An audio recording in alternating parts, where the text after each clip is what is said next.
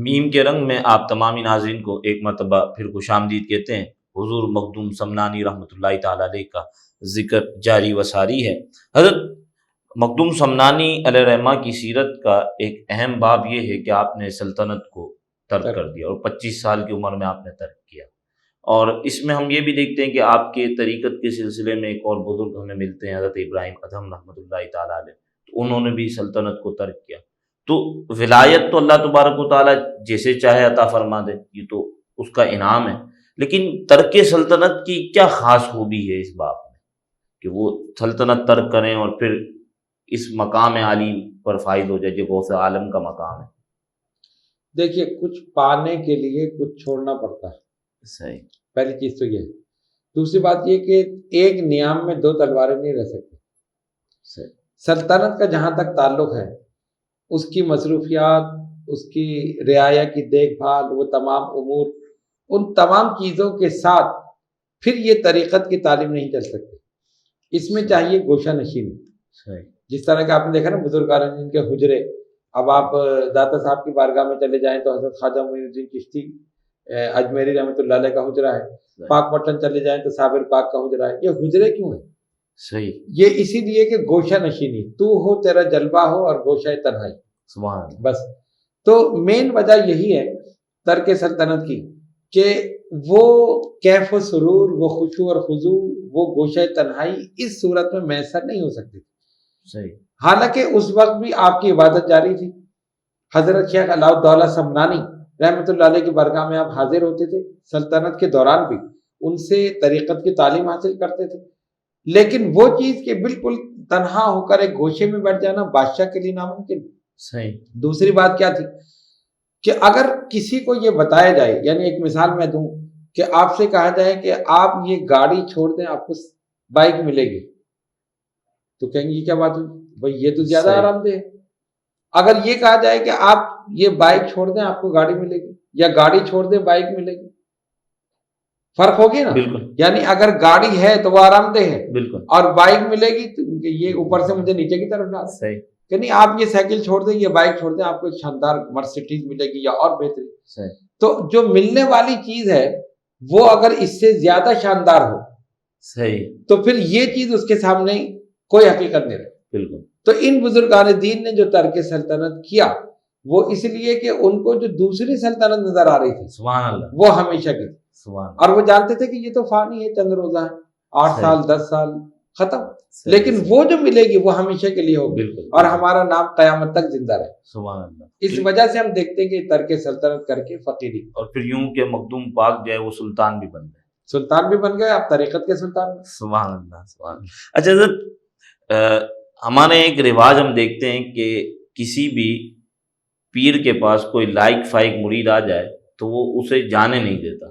اب مخدوم پاک پہلے اچ شریف گئے اور وہاں جلال الدین بخاری مخدوم جہانیان جہاں گش رحمۃ اللہ تعالیٰ علیہ موجود تھے، اور ان سے فیض حاصل کر کے انہوں نے بھیج دیا آپ کے پیر و مرشد علاء الملت والدین گنج نبات رحمۃ اللہ تعالیٰ علیہ کے پاس۔ تو یہ کیا وجہ ہے؟ ورنہ تو کوئی لائق فائق مرید ہوتا تو کوئی نہیں چھوڑتا، انہوں نے چھوڑ کے ان کو وہاں بھیج دیا۔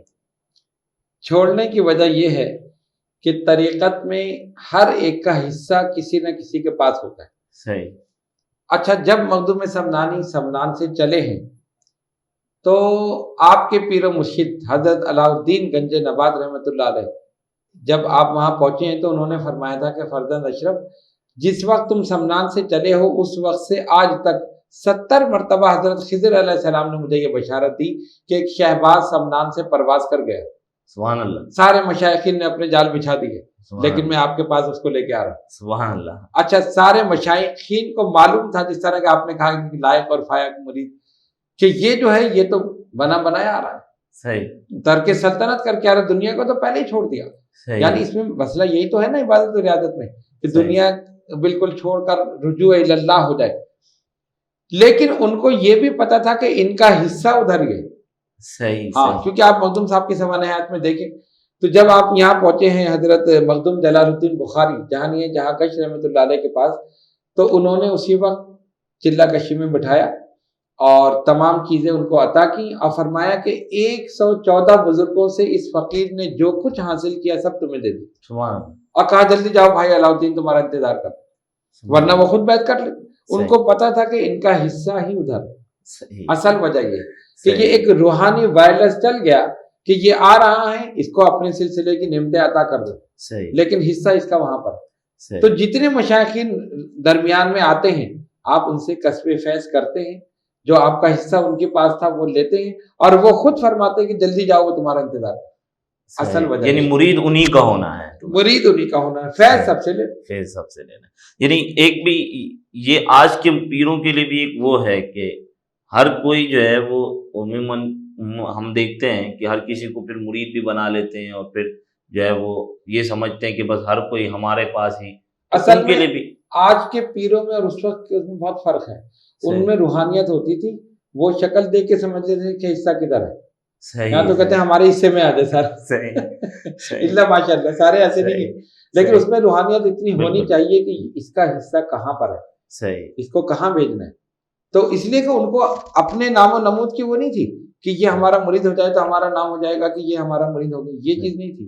ان کو یہ تھا کہ اس کی تربیت کرنی ہے، اس کے ذریعے دین کی تبلیغ ہونی ہے، بالکل، اور اس کا حصہ کہاں پر ہے وہیں اس کو بھیجنا ہے، سبحان اللہ۔ اصل چیز۔ اچھا حضرت، ویسے تو لوگ مردوں کا جنازہ پڑھاتے ہیں، یہ مخدوم پاک کے بارے میں ہے کہ آپ نے جو ہے وہ زندے کا بھی جنازہ پڑھا دیا تھا، وہ زندہ تھا اس کا جنازہ پڑھا دیا؟ زندہ تھا ہی۔ اچھا، دیکھیں اس کا پس منظر یہ ہے، آپ دیکھتے ہیں کہ ہر دور میں لوگ ہوتے ہیں کہ جو بزرگوں کا مذاق اڑاتے ہیں، اور وہ کہتے ہیں کہ تو ہماری طرح ہیں، یا کہ ہم کوئی ایسی بات کریں کہ ان کی تذلیل ہو، تحقیر ہو، لوگ ان پر ہنسیں۔ یہی واقعہ تھا وہ، تو انہوں نے صحیح، دیکھا کہ اچھا آپ کی کیفیت یہ تھی کہ جہاں بھی جاتے تھے، ظاہر ہے روحانیت میں کشش ہے نا، خوشبو ہے، وہ خوشبو پھیلتی تھی، خود صحیح، بخود لوگ آتے تھے۔ صحیح، جس مقام پر آپ گئے ہیں کہیں اعلان نہیں ہوا کہ جی سید اشرف جہانگیر سمنانی آئے، لوگ آ کے فیض حاصل کر لیں، جنگل میں بیٹھ گئے وہی مخلوق خدا پہنچ۔ سبحان اللہ، تو اب وہ جو تھے حسد کرنے والے، انہوں نے کہا کہ یہ کیا بات ہے، یہ تو ہر کوئی ان کے پیچھے جا رہا ہے۔ تو انہوں نے قسم کا ایک آدمی کو جنازہ بنا کے یہ لٹا کے کہ بھائی تم جاؤ، ہم تمہیں لے کر چلتے ہیں، حضرت سے کہیں گے کہ جنازہ پڑھا دیں، اور جب وہ نیت باندھ لیں گے تو تم اٹھ کے بیٹھ جانا۔ کہیں گے یہ کیسے ولی ہے کہ زندہ کا جنازہ پڑھا؟ صحیح، اچھا یہ نہیں پتا تھا کہ وہ تو صاحب کشف ہے، صحیح، وہ آپ کی پوری اسکیم کو جانتے ہیں، چہرے پہ صحیح، نظر پڑی انہوں نے دل کو پڑھ لیا۔ صحیح، تو اسی لیے پوچھا کہ زندہ کا پڑھاؤں یا مردہ کا؟